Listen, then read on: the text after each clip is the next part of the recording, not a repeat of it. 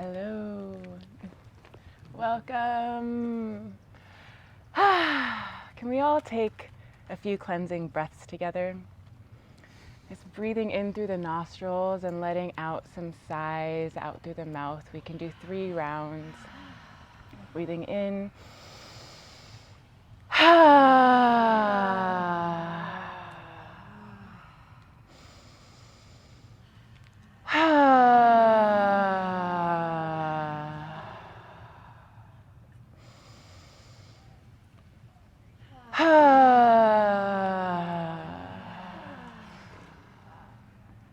Just letting yourself fully arrive here.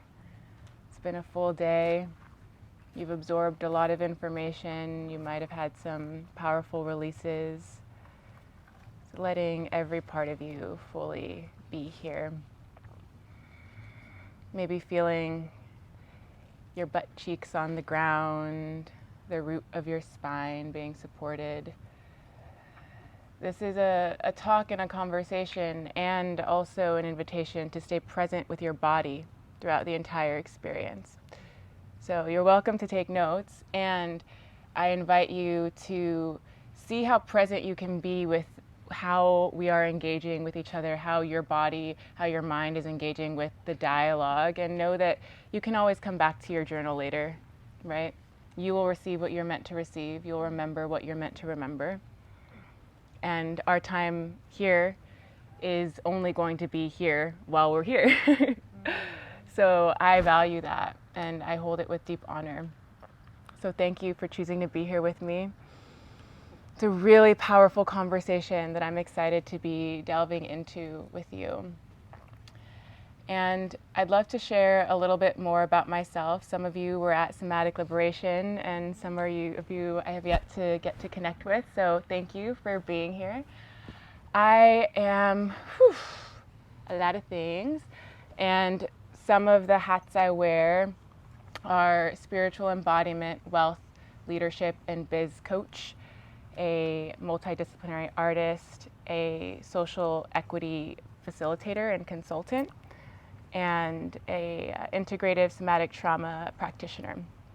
And my work really sparked as a teenager in the social justice direction, with so much rage and grief and pain over my lived experience, and so many people who I saw, who I witnessed the journeys, who experience marginalization or systemic oppression in ways that are so heart-aching. And also having the privilege of having had access to higher education myself. I went to USC, I went to NYU, and I was surrounded by really brilliant, incredible people of all races and all backgrounds. And I felt so guilty about that privilege. I felt so guilty about having access to a higher education and to pursuing a dream and living a life where I was able to experience things that so many people never, ever are able to. And I was going through my spiritual awakening process during those years of me reckoning with the injustice and the inequality in these worlds that I seem to be going between, these worlds of power and privilege and wealth and access, and these worlds of needs being unmet and people suffering so unnecessarily because of the way that systemic oppression operates in our culture and in our society. So I made it my mission to be a bridge for those worlds. And that has been my driving force. And spiritual healing and ancestral healing has been a fundamental part of that, because as I have healed myself and healed my lineage, I've gained ancient wisdom I had no idea was there for me. I reclaimed my Mexican indigenous ancestors. I reclaimed my Nigerian ancestors. I reclaimed my medicine woman. And in that reclamation, I realized there's so much magic and medicine that so many people have to offer that don't feel safe in claiming it. So my invitation for you here in this conversation is to lean into any edges of discomfort that you might find arising. There might be something that feels sticky in your body, or that might trigger some part of you, or you might find yourself having some resistance to even hearing, right? And that's normal, that's expected, and that's the work, right? The work is being the kind of humans who are open and willing to look within ourselves and see what is ready to be met, so that we can show up in the world and create the kind of change we want by embodying our own most liberated self. Because the truth is, all of the systems that exist that perpetuate those oppressions, they exist within all of us. They just show themselves differently, and people of color experience them a lot more painfully, a lot more viscerally, right? And so you get to bridge that gap in whatever way is true for you. And I say people of color, but I'm also speaking into so many different aspects of systemic oppression and how they intersect. So I'll be speaking into class, into gender, into sexuality, and you get to tune into what identities feel true for you and how things resonate for you. And it's also an ongoing process of self-discovery, as we know, right? We're all conscious leaders here, but you get to become more conscious in your leadership as you know yourself and your body and the way that your body is responding to your own environment and to the impact that you have on other people. So thank you for already being open and receptive. And I would like to also share my intention with you.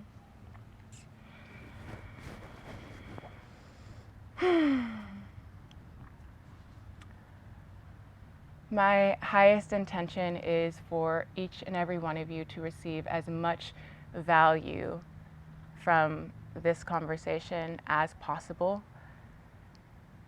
and for something within you to open, shift, transform, or activate that allows for an elevation of your beingness in the world and in your work. And I hold that from the bottom of my heart and with all of my soul. And my spirit team and my master teachers and my benevolent ancestors, they are all holding that with me and all holding you here too. So know that you are held. So I want to start off just by giving us a chance to have a bit of connection where we can look at each other here. And I know we've done this maybe once or twice throughout the time that we've been here at the conference, but this time when you're holding a glance with someone, so see if you can look at every single person in the room. See if you can look into their soul through the glance. It might be a strong ask, it might be a really quick and simple ask, but that's the ask, to just acquaint yourselves a little bit more here in this space.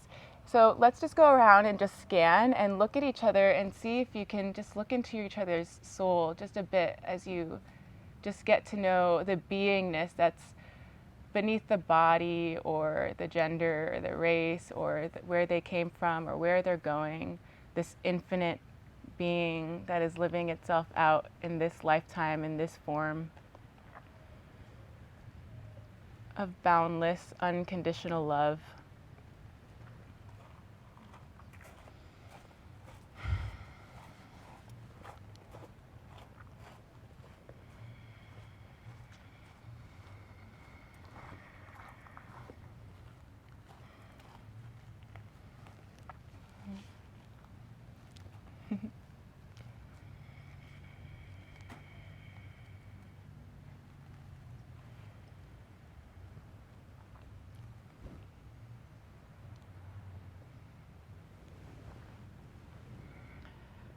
Beautiful. And a reminder that everything here is invitational.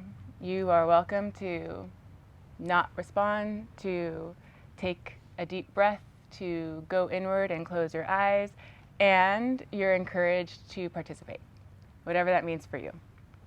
So I'd love to start off This is a fun thing I do when I do different trainings in institutions when we're shifting policy around how they are meeting or not meeting certain needs and whatnot. And just to get a sense of who we feel we have become or who we have been in the past based off of our upbringing and our circumstances. So this isn't going to go really deep. This is like a light exercise, but just to get a gauge. So if you'd like to participate, go ahead and raise your hand. Everyone raise your hand if you would like to participate.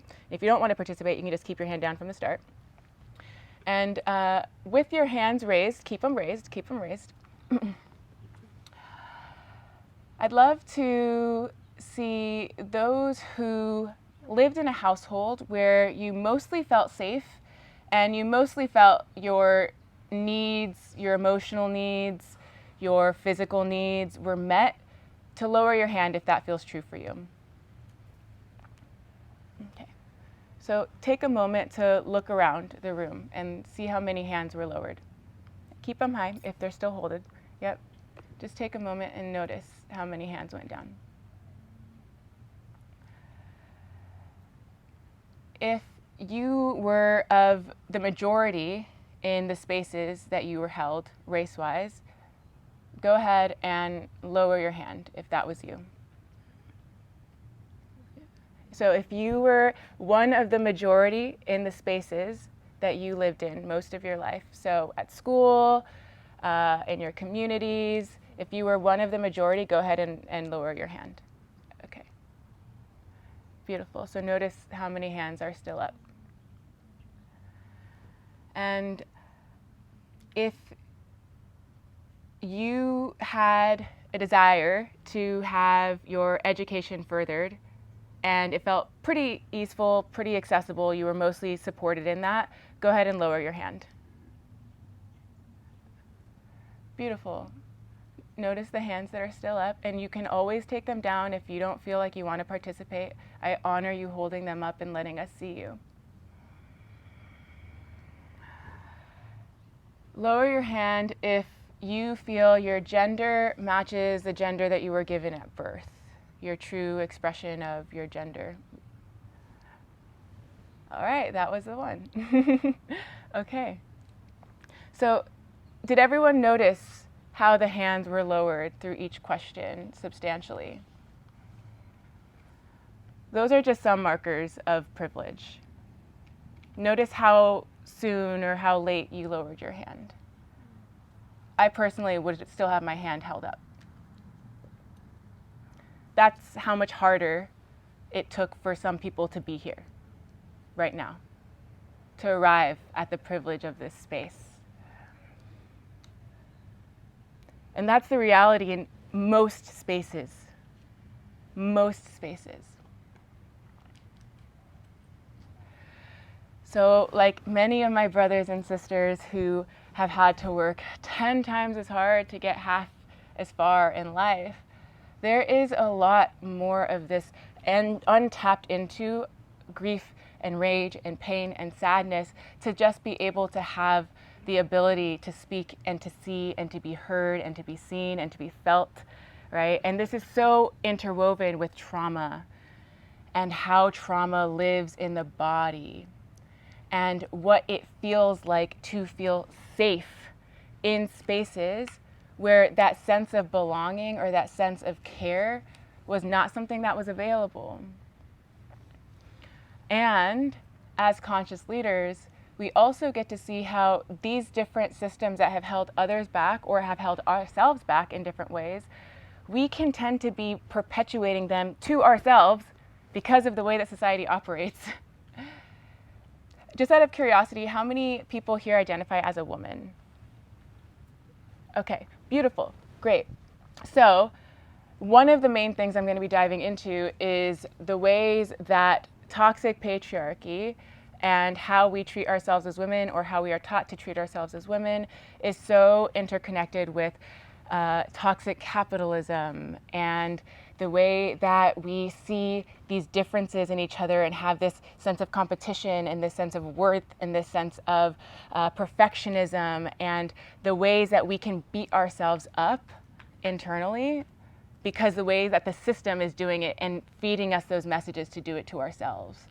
right? Because these things don't come from nowhere, right? The inner critic that we have within ourselves, that's been passed down, whether it was your mother or your father, or whether it was the way a specific teacher spoke to you. These systems are so much larger than ourselves, but they are perpetuated through all of the people that are unconsciously continuing to act in the ways of those systems. And what they do is they feed that illusion of separation. They teach us to other ourselves. Because if I'm other, if I don't belong, then of course I won't succeed. Of course I won't feel safe in having security or stability. Of course I won't trust myself, right? Those are the messages that we're taught. And so much of decolonizing conscious leadership is unlearning. It's unlearning so much of what we were taught and relearning this boundless, unconditional love for ourselves through all of the parts of ourselves when we've been taught to shame or to not accept or to reject certain parts of ourselves because it's not good enough, right? That's like the number one toxic capitalist thing. It's never good enough, never good enough, never good enough. I need to keep working on myself. Once I get that 4th degree and write my 20th dissertation, then I'll be good enough, right? Right? Whatever it is for you.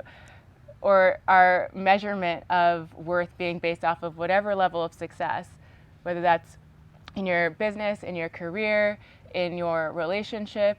It's like, what if I got to just love and accept myself right here?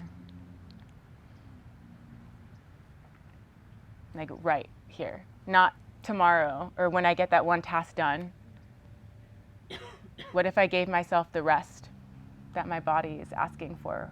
What if I loved myself so much I can let myself receive pleasure without a condition upon it?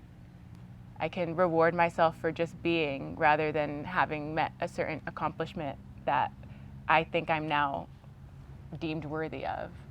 Right? These are all of these little like subtle ways that that system, toxic capitalism, or the ways that patriarchy, they work with each other within ourselves until we learn to dismantle them.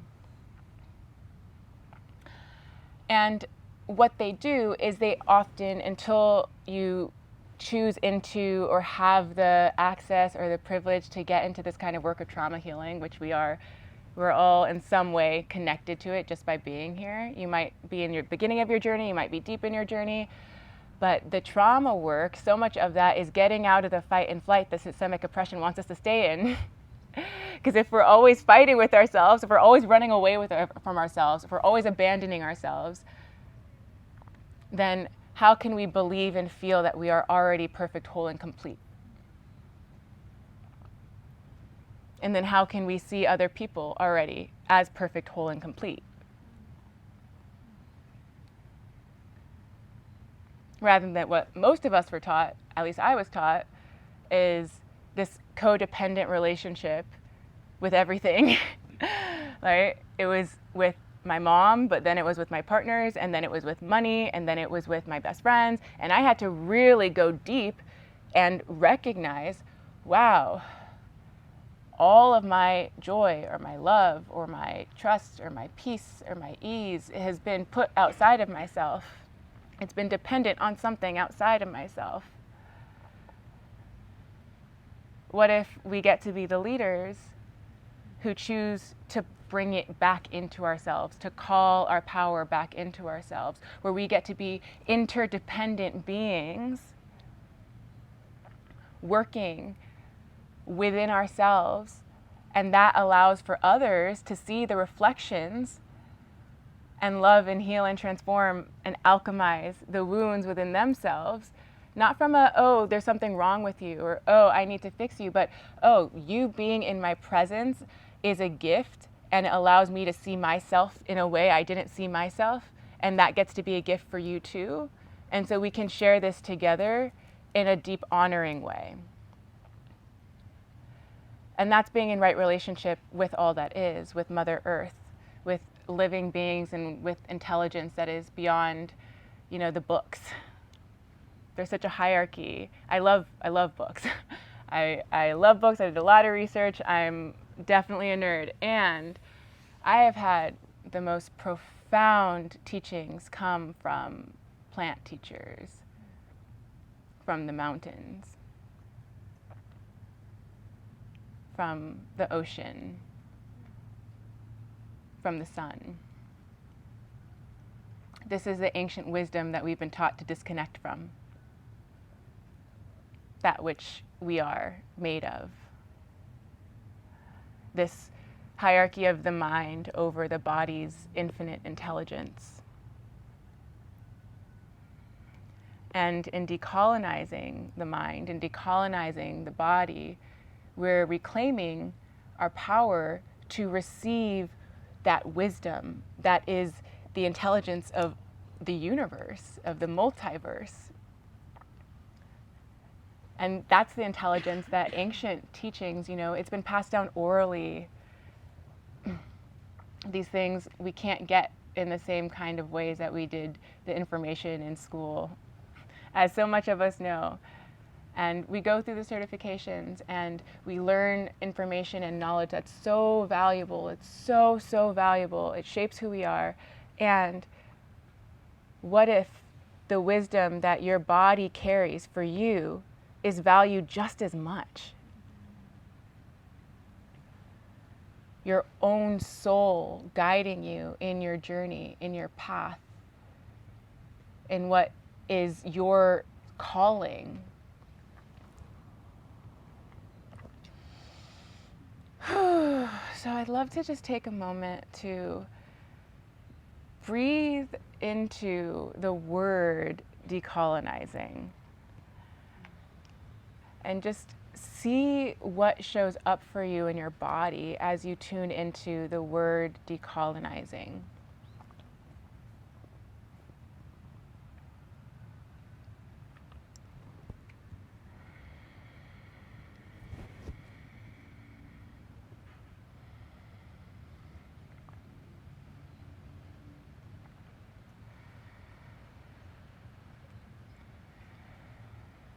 What does it feel like?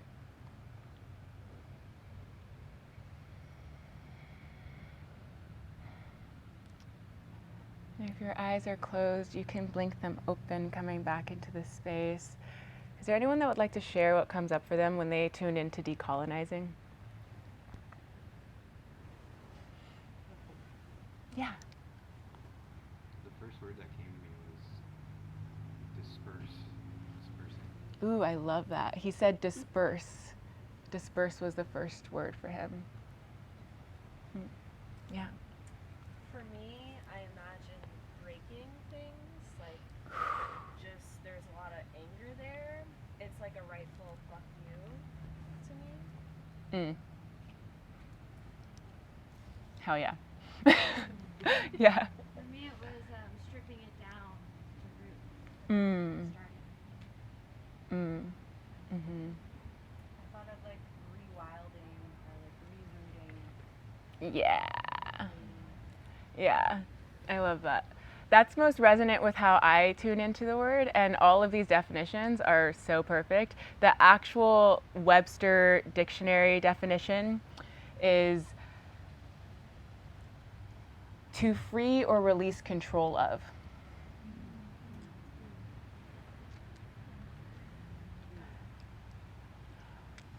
And my own weaving through my years of doing this work is dismantling the ways that systemic oppression creates the stories of our lives and choosing who we get to be and the quality of the life we get to live.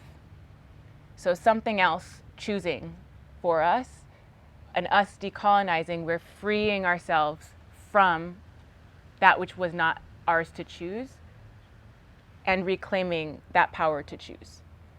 The story that we are choosing to create based off the stories that we might have been born into, or that we might have inherited, or that we might have been unconsciously playing out, samskara, the patterns that are played out. And I resonate so much with the rewilding. I have one of my master classes is called reclaimed and untamed. And it's so much, this rewilding, this letting free of, letting ourselves be free of, letting those parts of the ways that we've been indoctrinated to free ourselves from those. So what if, rather than those hierarchies of comparing or competing or judging ourselves, we got to allow for the truth of our essence to come through without those barriers? Because all they are their prisons. They really are. They're all little prisons. That's how I see it, at least. That we have these prisons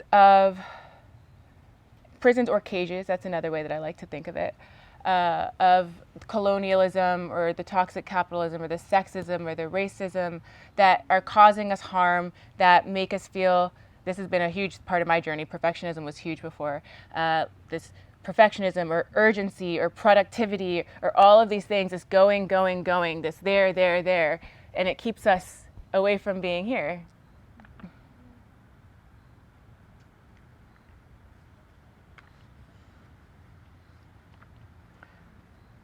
So we get to shift our encoding, because all of these things, they come from ancestral, systemic, and social encodings that live within our bodies, live within our minds, and we have the opportunity to re-encode ourselves.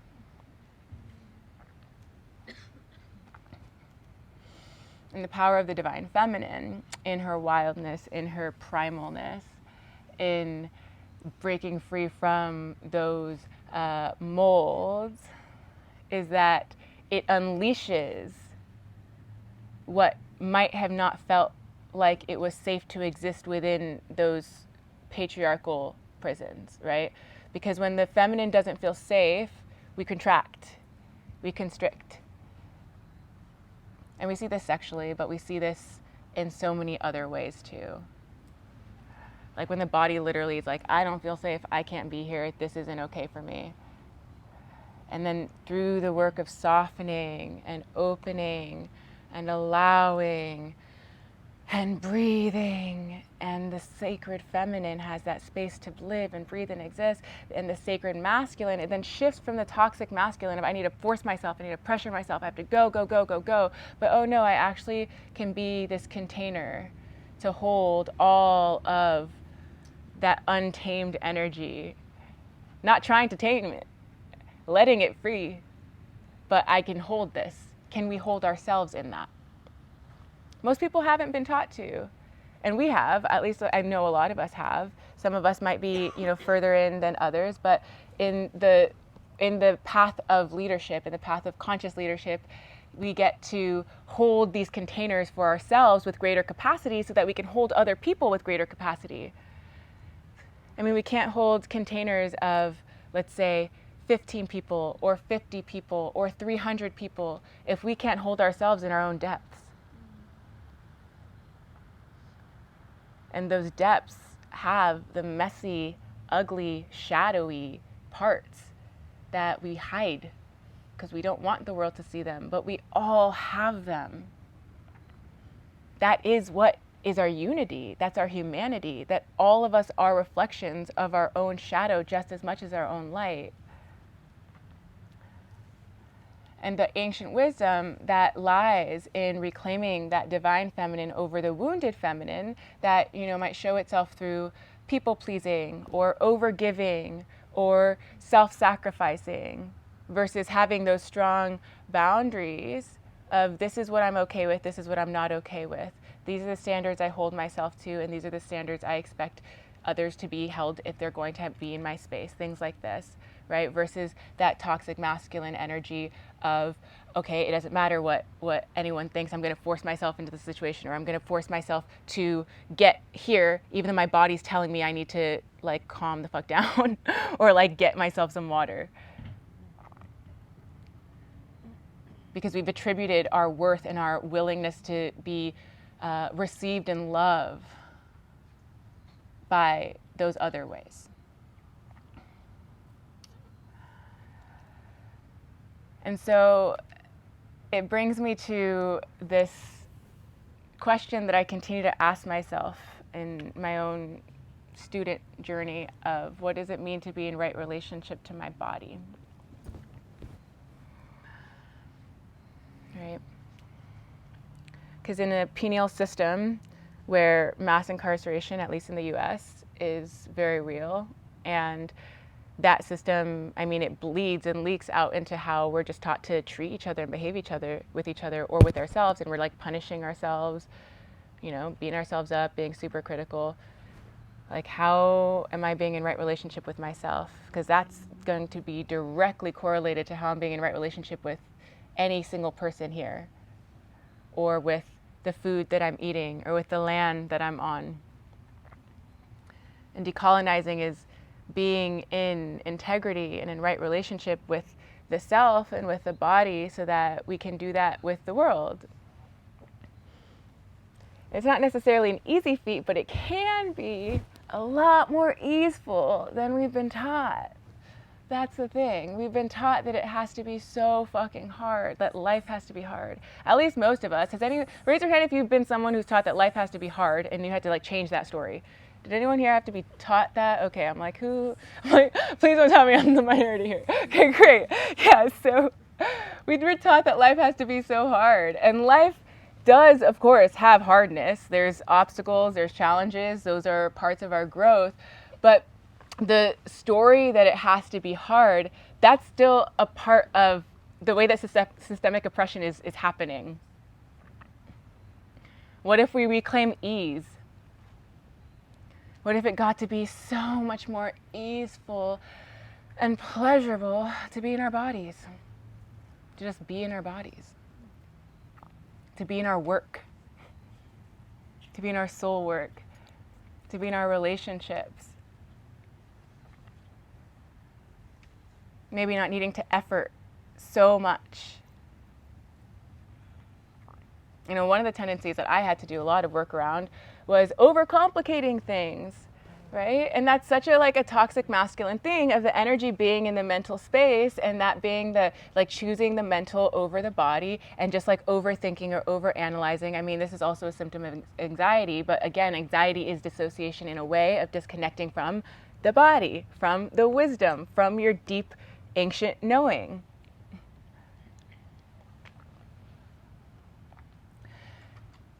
So pleasure is a huge part of decolonizing ourselves and decolonizing leadership.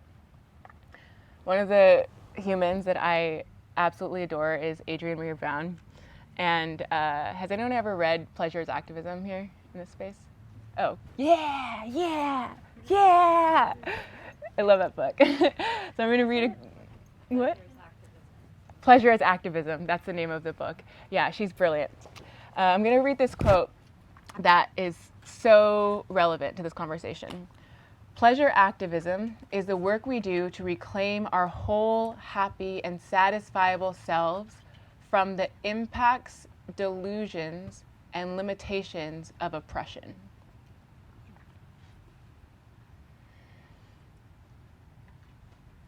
I'm going to read that one more time. Pleasure activism is the work we do to reclaim our whole, happy, and satisfiable selves from the impacts, delusions, and limitations of oppression. And pleasure as activism, in the way that I work with it, is so much about reclaiming our liberation in a society that's taught us that we can only succeed through pain. What if we got to succeed in our wildest, juiciest desires? Not through paining ourselves through it, but through pleasuring ourselves through it. What if that got to be how it is? Because it is.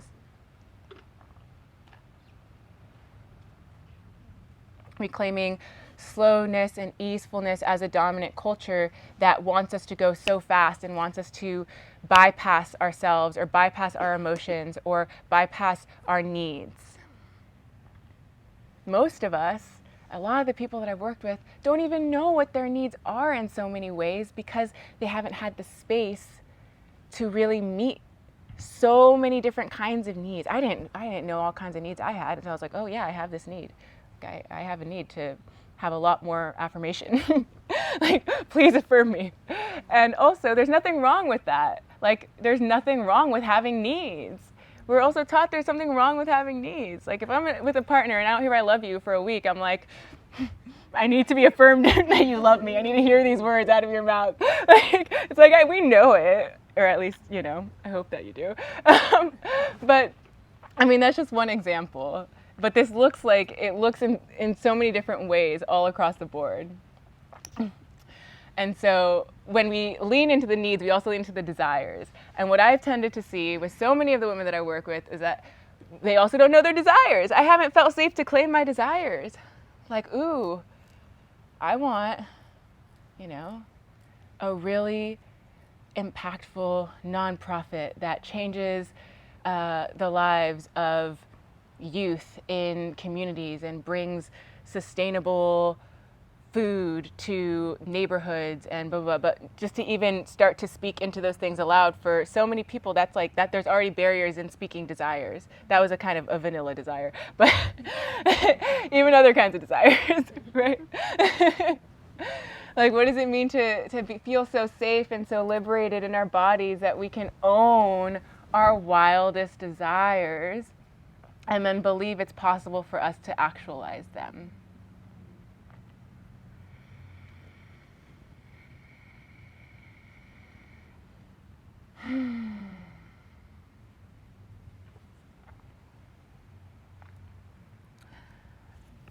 Wow, the sunset is gorgeous. I had to take a moment to acknowledge that. And so in that, there's also a lot of stickiness that I get to dive into and clear up that's been so much a part of my journey around money. I want to talk about money because it's charged. It's charged as a collective, right? For me, I grew up in deep scarcity programming. So lack was just such a part of how I related to resources and to money. Like, there was never enough. I wasn't going to be okay. It was a very finite thing. And then through my journey and deep ancestral money healing and awakening to, holy shit, there's actually an abundance. There's like infinite resource, and a lot of people are being cut off from it. You know, there are literally systems in place that are cutting off access to this resource that we actually made up ourselves. And some people are hoarding a lot of it, and the rest of us are in that loop. And with money, such a huge part of my journey and of my work, and I love to teach because it changed my fucking life, is reclaiming it as medicine. This is a huge part of decolonizing. Reclaiming money as medicine, as this truly abundant resource that we get to use as tools and amplifiers of our work and of our impact. And just notice how attached you might be, or how much you might have distanced yourself from the attachment of money and your sense of worth. I think of wealth in a very wide way. I think wealth of health, of nature, of connections, of beauty. I think of wealth of all different kinds of ways. And money is one form of wealth.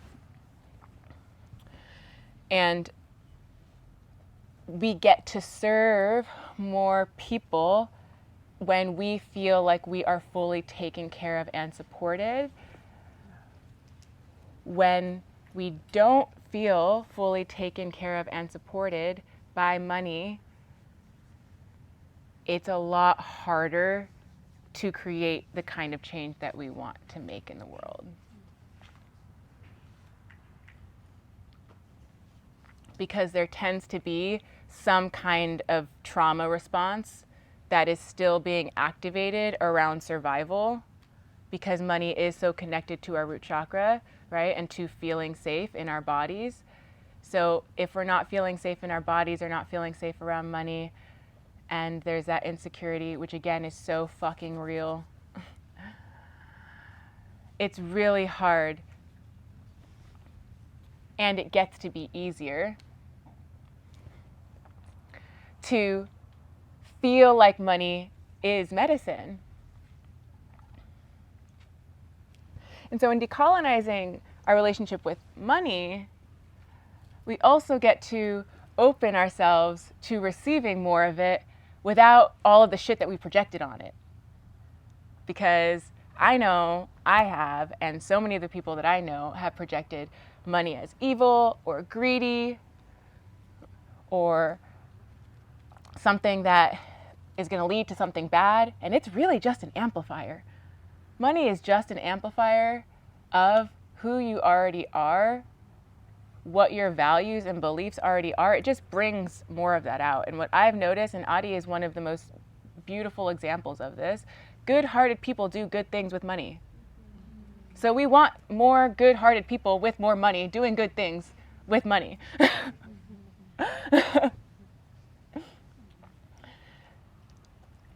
And I was terrified of even claiming that for myself because of where I grew up and how I used to have this judgment, and I had to like look at myself and like look in and say, oh wow, there's this, that's there, and there was also this guilt and this shame and this privilege, and I see how this shows up in white bodies. I see how this shows up in black bodies. I see how this shows up in brown bodies. How the different spectrums of emotions that are attached to money keep us feeling unsafe with holding more of our own power in relation to money. And so we get into these kind of nuanced layers of power and privilege dynamics. And what does it mean for me to hold my power, to hold my privilege with integrity, with honor, to be of highest service to the most people that I possibly can in my leadership? And in that work,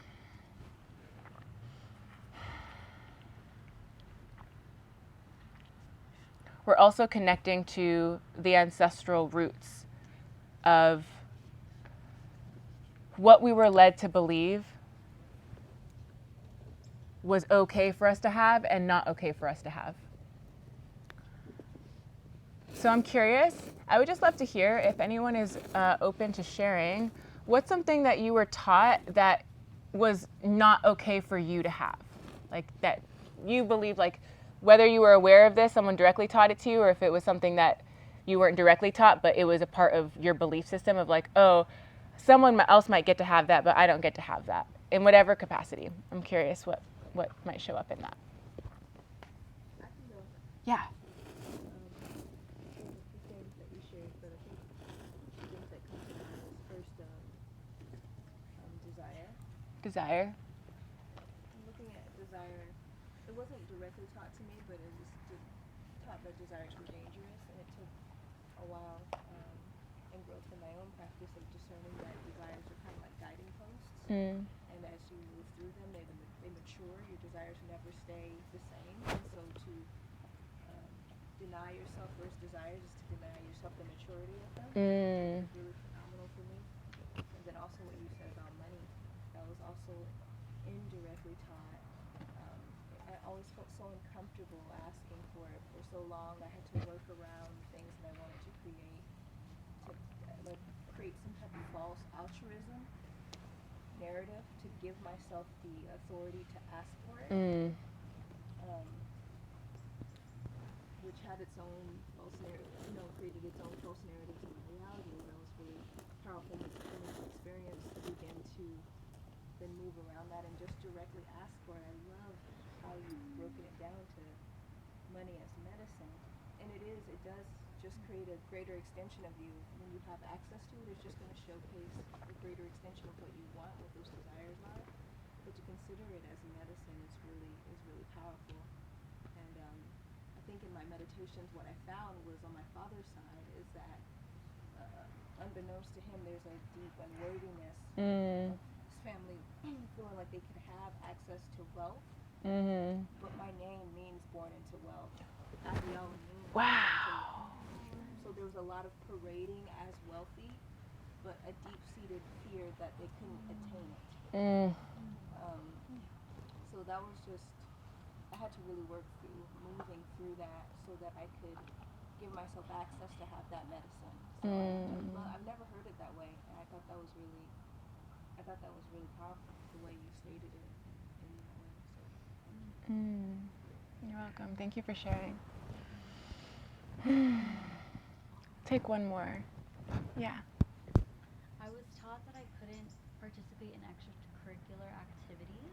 We didn't always have the resources for me to take extra music classes or for me to join a dance team or, it was like, unless it was an elective that the school offered, we didn't have the resources to be able to participate. And I think it just kind of left this imprint that I couldn't have when anyone else had. And it got to the point where I knew better than to even ask because I knew what the response was going to be.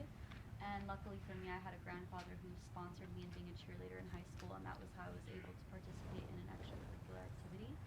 But it definitely seeded this belief for a really long time that I couldn't have what everyone else had. Wow. Thank you. So we can see these examples of these imprints that were set, where at some point in our upbringing, we were led to believe, and then it became internalized, that I'm not worthy of that. That I'm not enough for that. All of that is the intersections of systemic oppression at play, whether it's because you're a woman, whether it's because your skin is darker, whether it's because your family lived in a different kind of house or not in a house. And in reclaiming your liberation and decolonizing your leadership, it's choosing that you get to be more than enough. You are so fucking worthy and deserving. And so is every single person that you touch and that you impact. And that your story is also a part of the medicine. Your story is a reflection of someone else's story in some way that allows them to be seen or heard or felt. And that as you create that space within yourself, within your life, within your work, within your business, you're creating more space for more liberation. It's this ripple out effect of people in their own medicine, of people in their own magic, of people shining your light. So I think that we're close to time, but oh no, we're past. I'm sorry, I lost track. I got so excited. So I'll just close off by giving a little space for questions, because I just intended to leave space for questions, and I'm sorry I lost track of time. And I know that we dove deep, but there's so many nuanced layers to this conversation, so I acknowledge that. And I do want to answer like a couple questions that might have been sparked or activated at any point around anything that I talked about. Yeah. Also, I kind of didn't realize this was here. Thinking about my relationship with money, I realized as a child, I learned men had access to money and that women had to work really hard. Yep. They were responsible for money. Mm-hmm. And what would be just a couple things if I really wanted to concentrate on moving forward in my relationship with money that you would recommend? Specifically in relation to men, or just in your own personal relationship with money? A Both. recommendation based on my relationship. So maybe Yeah. Taking that power. Yeah. Oh, I love this. Can I bring some divine feminine magic to this? Is that okay with you? Okay. So all of my work is in the vein of divine feminine power. So that will trickle into all of the ways.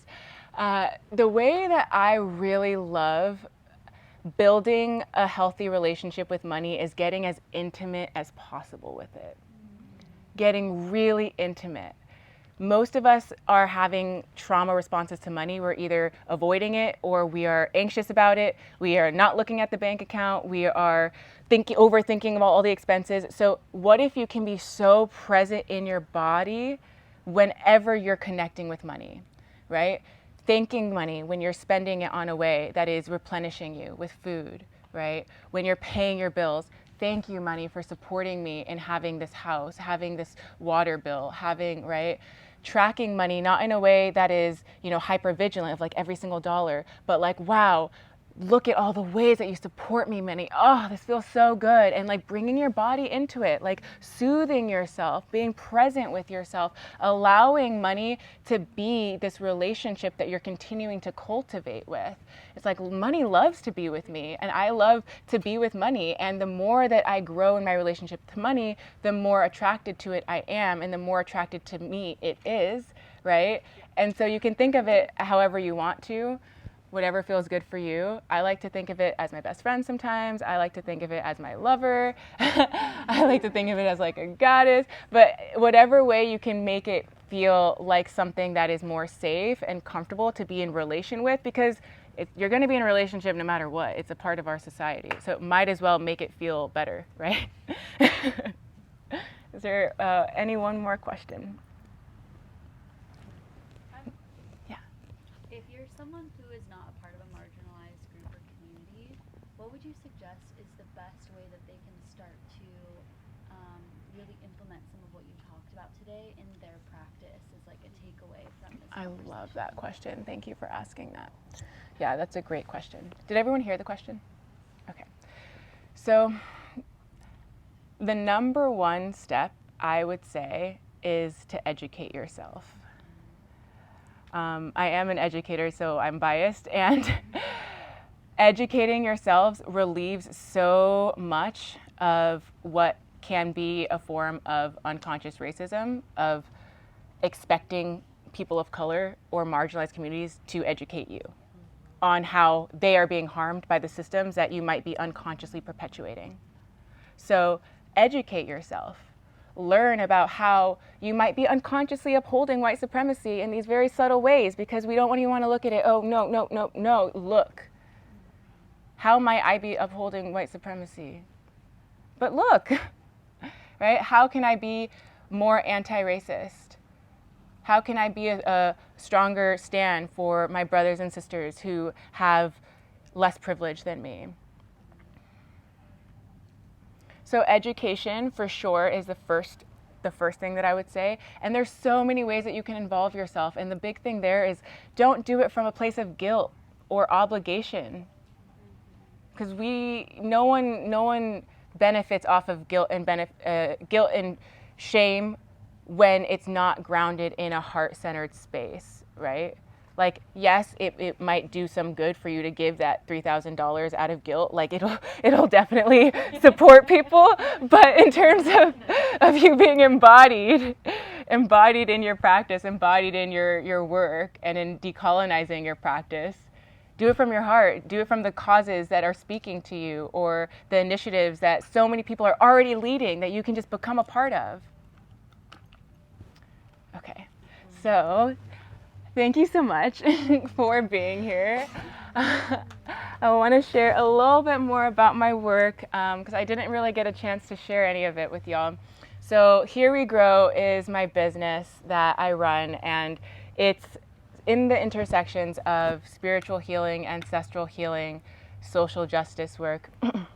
And I have different containers where we focus on a lot of getting in the body in a way that will allow you to serve your purpose with your own pleasure and magic and medicine being reclaimed. And I have a one-on-one. I have a mastermind that's specifically for spiritual entrepreneurs that are wanting to build and scale and generate wealth from a very soul-aligned place while they're furthering their impact and being connected to the body. And I have embodied alchemy. So for those of you who are in somatic liberation, that was like a snippet of what embodied alchemy is. It's my 4-week program. And we dive deep into any of like the stagnant, suppressed energies or emotions that are stuck in the body and really clear them out and do some deep transmutation work to bring in more pleasure and freedom into the body, into the way that you move and the way that you lead and things like this. I also have a free 3-day VIP virtual retreat coming up in a couple weeks, and I would love, love, love to have all of you there. It is called Power and Pleasure, and I can share any of the information with whoever is interested or called into any of those spaces. Feel free to reach out or come connect with me. I don't have any cards because I didn't print anything out, but I'm on Instagram, Jasmine Hayden with 2 N's. And yeah, I'd love to get to know you better. So thank you so much for being here, being so open.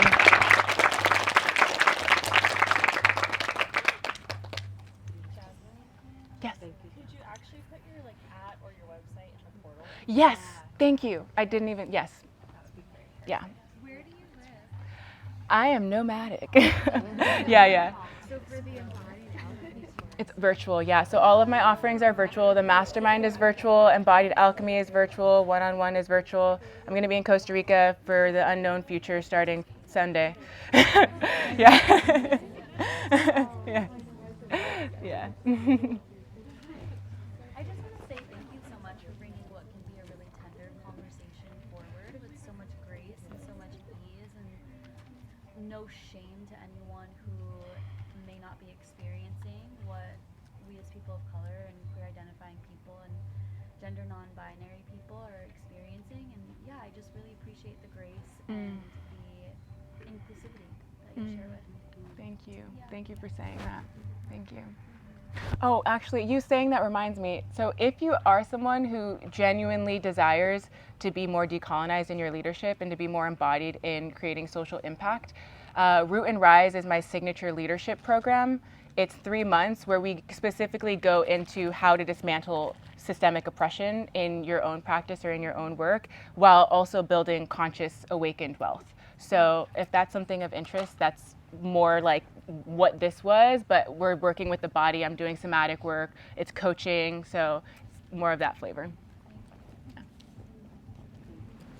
You're welcome. Thank you. Thank you.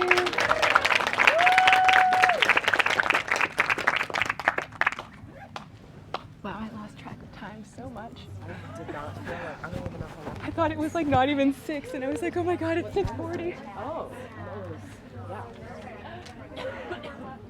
Good job.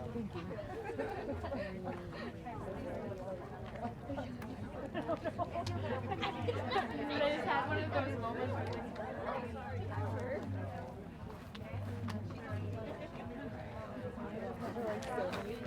That's what I was like.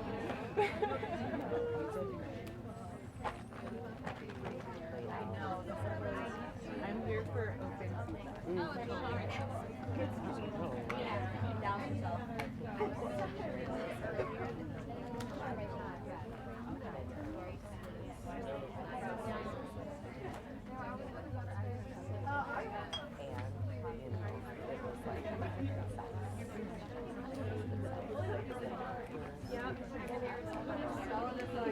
I don't like doing it.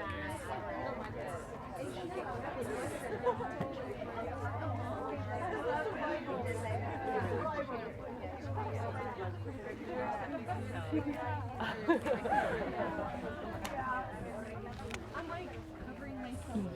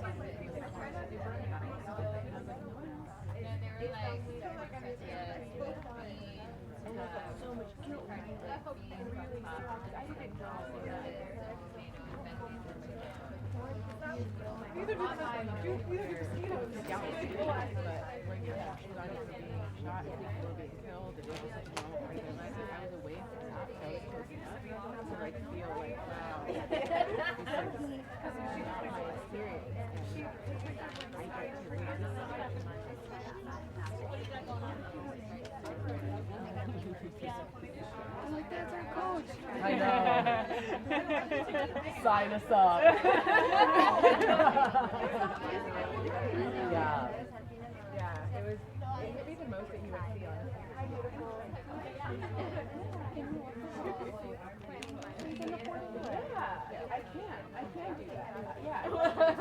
That was great. And thank you for everything. Damn, I'm so guilty. I have the privilege of this higher education, even though I have all of these loans and all of this, you know, these grants and these scholarships that allowed me to be here. Like, none of my family got to be here. Like, none of my family got to be here. My parents still